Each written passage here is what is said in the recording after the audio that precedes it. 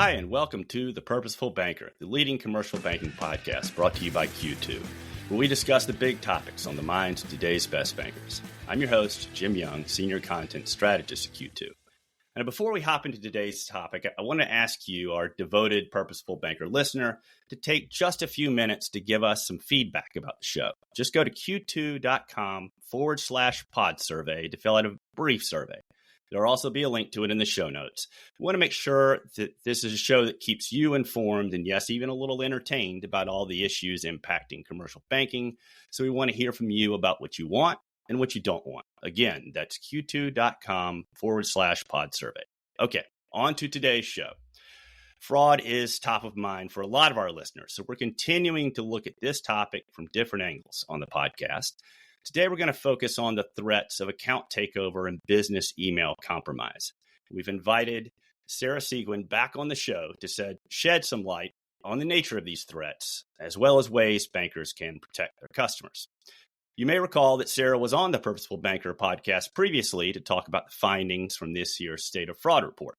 She's the Managing Director of Advisory at Alloy. And you may also recall that Alloy and Q2 have a partnership and have recently launched our joint product, Ongoing Fraud Monitoring. Okay, with that lengthy preamble out of the way, Sarah, welcome back to the Purposeful Banker. Thanks, Jim. It's great to be here. And for those, I'm sure everyone listened to your previous appearance, but just in case we've got a few people that missed that one, can you start off by telling our listeners a little bit about your background? Yes, absolutely. So I have been with Alloy about 2.5 years in an advisory role on fraud and identity risk. But prior to joining Alloy, I was in banking for about 17 years, always in the fraud and identity space. And in those different roles, it was both operations related from a fraud perspective, as well as strategy. So I've seen both ends of what happens once the fraud has occurred operationally, as well as from a strategic standpoint on how to predict and detect the fraud. Okay.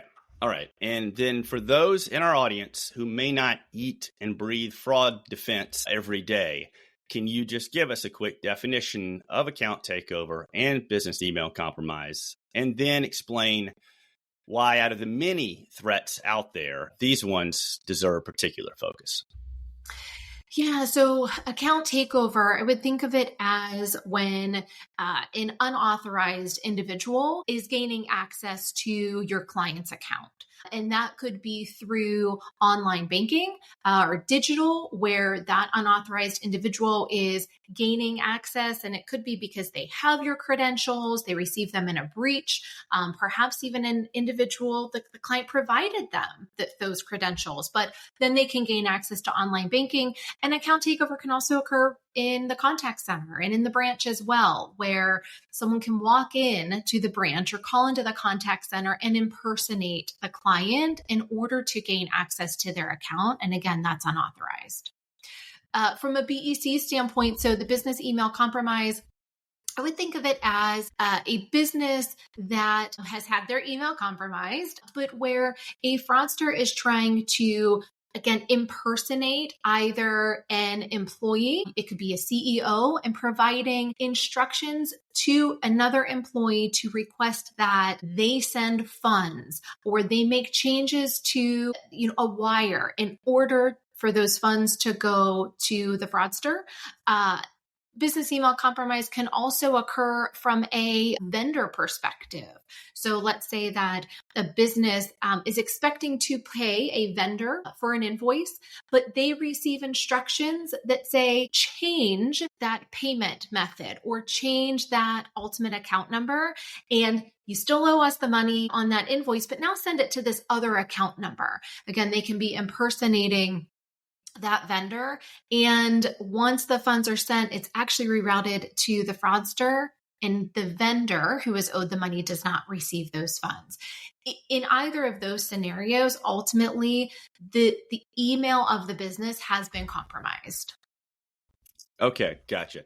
Yeah, I thought it was interesting looking at some stats actually from AFP payments fraud report, because I always kind of thought the executive one, to me, I was always a little surprised that people get nailed on that one, because it sort of felt like, hey, why? you would sort of have that warning bell of why is the CEO suddenly emailing me something like this. But the vendor one in particular, I was like, yeah, I could see that one getting some people. So.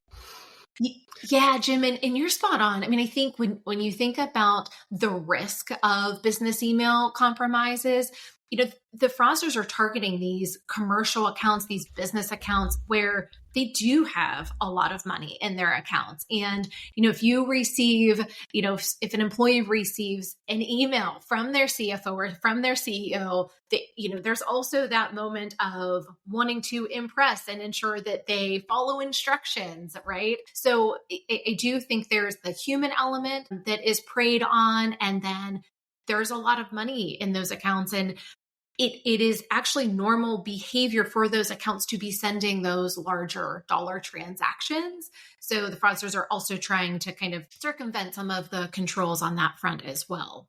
But Jim, I love that you brought up the 2025 AFP payments fraud and control survey report, because the 63% of respondents cited it as the number one avenue for fraud attempts. So they cited BEC as the number one fraud attempt. That's really high for that to be in 2025 and 63%.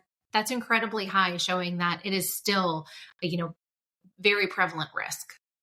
Yeah, absolutely. And we're going to get now into some of those tactics and techniques. And because I think the thing that always hits me with this is, I think when people maybe think abstractly about financial fraud, they're thinking about complex hacking. And there's so much of this that is, like you mentioned, the human element. And so I want to get into that now, talking about it back to account takeover. Just talking, again, from you, some of the common methods that fraudsters are using, and then also some of the early warning signs that a bank can watch for, and ones that they can then also warn their customers to watch for.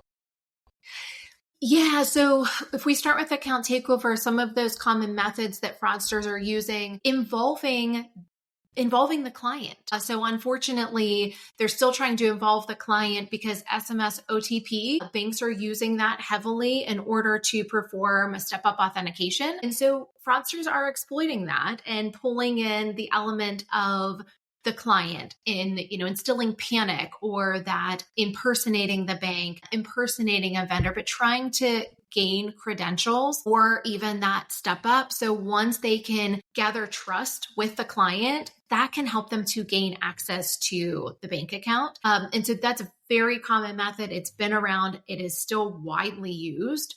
And also from an account takeover standpoint, what is also still widely used is gathering the data from a data breach and then trying to find a vulnerability at the bank, whether it is in the branch or in the contact center, certainly online banking as well. But what we're seeing is a lot of financial institutions are starting to lock down their controls in the digital space. And then we're seeing some of a shift into branch and contact center, where account takeovers being performed, impersonation in those channels as well.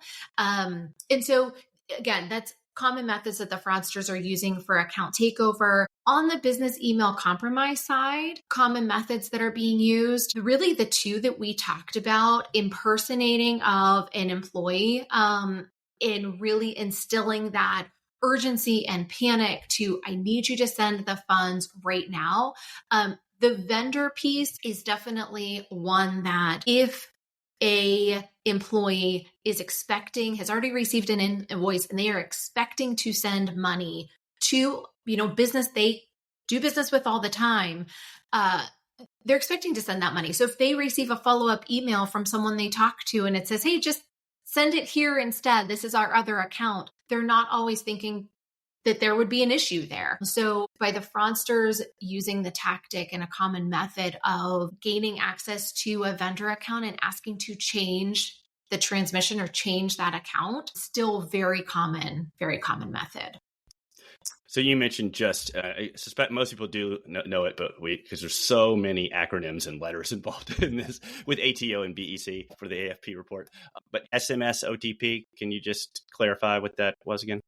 Absolutely. So think the text message with one-time passcode.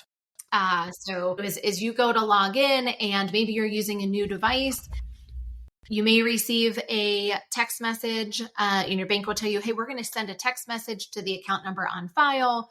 A text message is then received and maybe a 6-digit code, and you have to enter that 6-digit code into the online banking portal, just as an example. So in a lot of these, and I mentioned it briefly earlier, there's just sort of this, I think maybe a broader cultural sort of thing of thinking of these elaborate hacks that do this stuff. And there definitely are to do the data breaching part, but it feels like in almost all these scenarios, there still needs to be a human that does take some action that sort of triggers it. Is that fair to say in almost all these scenarios? Jim, I would say in business email compromise, yes, because they're definitely targeting employees within a business, right? So then you need to have the unknowingly participation or participant in business email compromise. For an account takeover, I would say that yes, a lot of times there are still clients participating, but there are definitely scenarios where clients are not participating at all, where the groups have become more and more sophisticated, have received more information. If they are targeting a financial institution that maybe their controls are not as complex as other institutions, they could be exploiting a vulnerability there where they do not need to involve the client, and it may be a bit easier to get in. So, Sarah, I'm also just kind of curious with business email compromise, like why is that one so heavily targeted? It almost feels a little like that would be almost the antiquated one, the old school approach, but it is such a heavy area for fraudsters.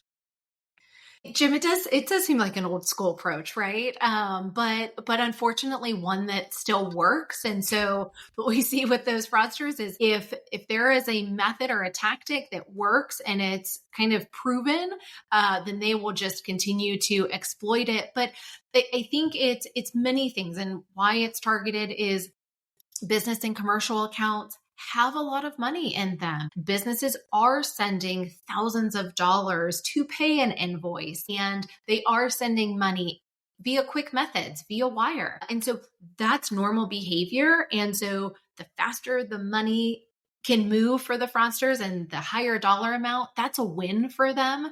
And then I think, why it's effective, when you think about from a behavioral standpoint, the client that is sending the money, they're in their banking account, they are sending the money. So behaviorally, they are performing the transaction. It is from their device. There's not going to be some of those suspicious flags because it is a user who always sends the money, who always sends wires. And so you kind of take some of the red flags out of that detection portion. And then it is expected, again, that they send high dollar wires or via another method. So because it is ultimately a client sending those funds from a known device in their login that they use all the time, it's harder for banks to detect.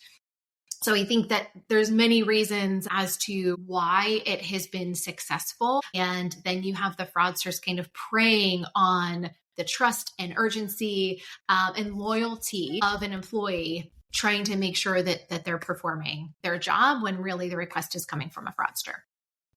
Okay, got it. And we're going to talk a little bit and just a little bit about how the bank can maybe start to identify some red flags in a way that they couldn't before, like you said, in the ways that would normally show up as a red flag. But first, I want to talk a little bit about like the customer as the first line of defense. So can you talk a little bit about what banks can do to make sure their customers are, like you said, once the customer is taking the action, it's harder to spot. But what are the ways that the customer can spot the fraud themselves, and how the banks can kind of help them be that first line of defense for account takeover and business email compromise? Yeah, Jim, that's a great question. So education, I see on business email compromise being used very broadly. So whether that is a bank who is setting up a webinar for their business and commercial clients to share this information with them and give them methods and red flags to be aware of in order to not fall victim to this type of scam, Or it's even doing roadshows where banks will work with business clients and they will go out to a business or go into a place and invite many businesses where they can share a presentation with them in person. And ultimately, it's really ensuring that they second guess, slow down, pick up the phone, maybe call if there is urgency or there is a change in payment information, right? Many different things that they can do in order to spot the red flags before sending the funds. Is there a little bit, I'm going to segue it just a little bit out of here. Is there a little bit about, do you have to get customers maybe willing to accept a little bit more friction than they have in the past to be like, hey, I know this is maybe not ideal, but this is worth a few extra seconds of your time? Yes, definitely, Jim. You're spot on. I think we've moved so far into a space of no friction is good, right? And Right. moving quickly. And yes, that's where we should be, with the exception of the right amount of friction for the right moments. So instead of everyone receiving the same amount of friction, it should really be dynamic and smart about who needs to receive the friction only when there's the red flags or suspicious events that are there, versus everyone receiving it. But you're spot on. Friction is our friend when it can help us to prevent and detect fraud. Gotcha. All right. It's a little bit of the whole stop and look both ways before crossing the road type of thing. It's so, but you segued really well into what I wanted to talk about now, which is, and yeah, again, fair warning here, we're going to talk about our joint product, but it really does dovetail into what we've been talking about. Ongoing fraud monitoring, and what we just talked about sort of selective friction, and we talked about red flags that maybe you wouldn't normally spot in certain situations. Can you kind of take us through this joint solution and how it can help an FI combat account takeover and business email compromise? Yeah, absolutely. It's going beyond onboarding and moving into that ongoing behavioral and transactional analysis. So really taking the ability to have a layered defense and proactively detect when there is something that does not behaviorally match what clients have done before, and look at all of their transactions that they're performing. And so both from a real-time perspective, right, which is incredibly important in these scenarios, as well as being able to perform step up. So I think when you think about detection, anytime a transaction is occurring, it's not just the transaction. It's not just that immediate dollar amount, right? It is that holistic view across identity in what has occurred before, what transactions have they performed, and really trying to detect before the funds are sent. Because if the funds are sent, then you're in a position where you're just trying to claw them back. So when we think about the solution and how it can be effective, it's trying to predict and detect before the funds are sent, based on all of the information that we can see, as well as taking all of the data between the solutions and pulling that in to where you can alert on that data. So I'm putting you on the spot here a little bit, but can you kind of give us what that would look like in a real world example? Is there something where a customer by a lot of standards is doing something that would normally be authorized, but that this solution would raise a red flag? And then what would it do in that situation? Yeah. So think about if client is in online banking and they have logged in, and once they've logged in, they maybe want to change information. Maybe they want to change their email or their phone number. Maybe they can successfully do that. And then thereafter, they want to perform an external account transfer. Mm-hmm. From a solution perspective, it is taking the information that we're seeing and the ability to say from a login, now they're changing information and now they want to perform an external transfer. This should be an alert. And again, that's not every scenario is going to fall in if you have those three pieces, but it's really looking at that intelligence to say, I recognize the login, change of information, and the external account transfer that they never perform. And we want to alert before those funds are sent out. We want to be able to stop before those funds are sent, alert the financial institution with that data, because we see multiple issues across this interaction. Gotcha. Okay. So I'm trying to think again, just to analogize, and this is one of those situations where it may be more for me. All the bankers listening may be like, yep, got it. But for the marketer on this podcast, sort of the retail version of that would be sort of like, I just submitted a credit card receipt, which seems like a normal credit card receipt, except it's 3 time zones away from where I just did a previous transaction, which was also seemed like a legitimate transaction. So maybe this is time to send out some sort of a, hey, Jim, is this you sort of note, basically? Jim, you're spot on. So when you think about login, right, and you take your credit card, but if you use an example of login from a solution perspective, looking at the device, the IP address, anything that we can gather from a login to indicate this login, we don't think it's the client logging in. It doesn't make sense. Or maybe they've logged in from 3 different time zones in the past 5 minutes. That doesn't make sense, right? So, Jim, you're spot on from the standpoint of whether it's login or thereafter, but the earlier we can detect that an event is suspicious, the better, because we can detect it at login, we can stop it before they get to the monetary event. And when you get that red flag, then that's when you're going to introduce a little bit of the friction, right? At that point, what does that sort of look like typically in a situation where, okay, that you've gotten that red flag, we need to make sure. What are you then sort of asking, I assume, the customer to do?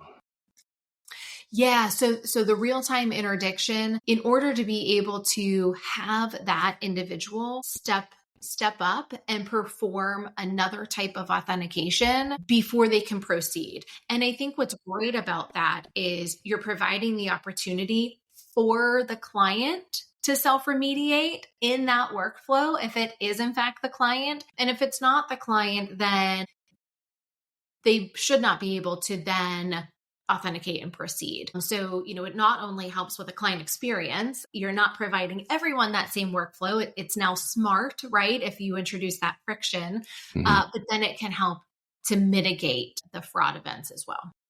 Gotcha. Okay, great. We could go on this for a while. It's fascinating, and it feels like it's definitely a way to now, offense is maybe not quite the right word, but like you said, it's sort of catching the fraud before it happens rather than, okay, fraud has happened. How do we identify it? Where's the damage? And how do we, compensate people for it, which is still an important part, but wouldn't you rather catch it for, prevention versus treatment, I guess, when it comes to this? I just want to wrap up. Is there anything else, though, that, like I said, we could go on for a while, but is there anything else you wanted to touch on, any additional points you wanted to make?